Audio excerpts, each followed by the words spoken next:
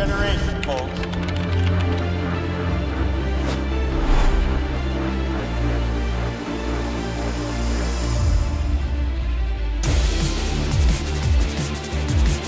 This is going to be a tremendous tool.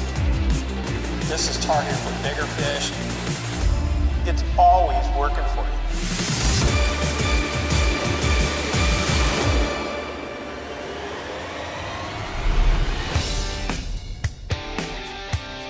The very first 20-pound bag of bass I ever weighed in a tournament was on a suspending jerkbait. And you're gonna get bites that you just wouldn't get on anything else. I mean, there's really no better way to put it. Having a flat-sided jerkbait like the RipStop is just a great piece in the arsenal. One of the things we knew immediately with the success of the smaller RipStop was we needed a bigger version.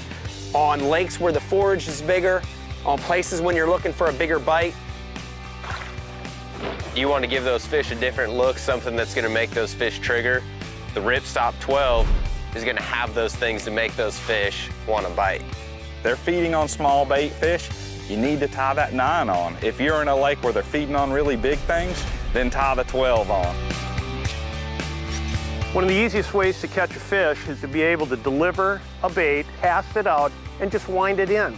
You want to be able to relax when you're fishing. You want to have fun, but you still want to be successful. It's always in a fish-catching play mode. It's always working for you.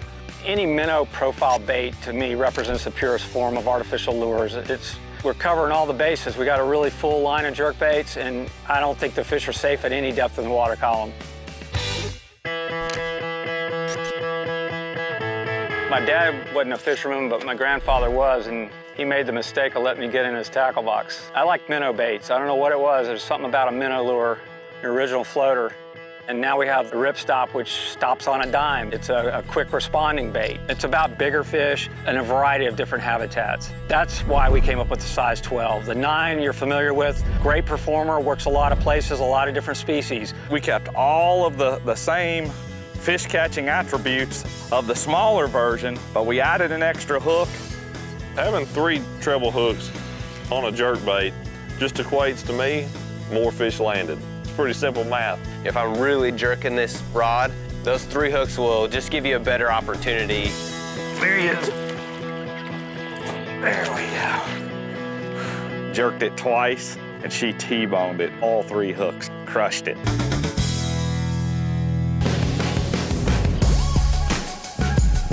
This bait, what makes it so unique, hands down different than everything else, is that turn down tail.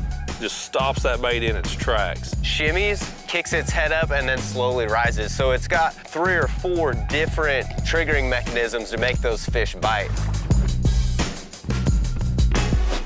It's still got the same flat side, still got a ton of flash and vibration. You know, a shad and most any other bait fish, they're mostly flat-sided. That's what that RipStop does a better job mimicking. Having a flat-sided jerkbait like the RipStop, there's one, it's just a great piece in the arsenal. Pause that RipStop and he come up there and grabbed it. Spinning jerkbait did the trick.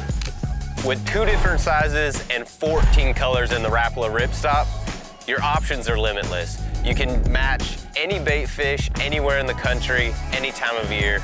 Each different color's got a little bit different color chrome back here. It's almost like a little light bulb or a little dinner bell. You can twitch that bait, you can twitch it along, or you can just slow, steady reel it. And then you stop, that bait just hangs right there, right in that fish's face. The RipStop 12 is gonna have those things to make those fish want to bite. Shad spawning, or biting a jerkbait. You want to mimic the forage that's in the lake that you're fishing. a lot of your strikes are reaction strikes. They're not hunger strikes. So that ability for this bait to stop on a dime, that triggers that bite. A beginner can be successful with this lure, and a very advanced angler, a guy that's all about jerkbait fishing, he won't find any limitations with this bait. You're engaged when you fish this thing.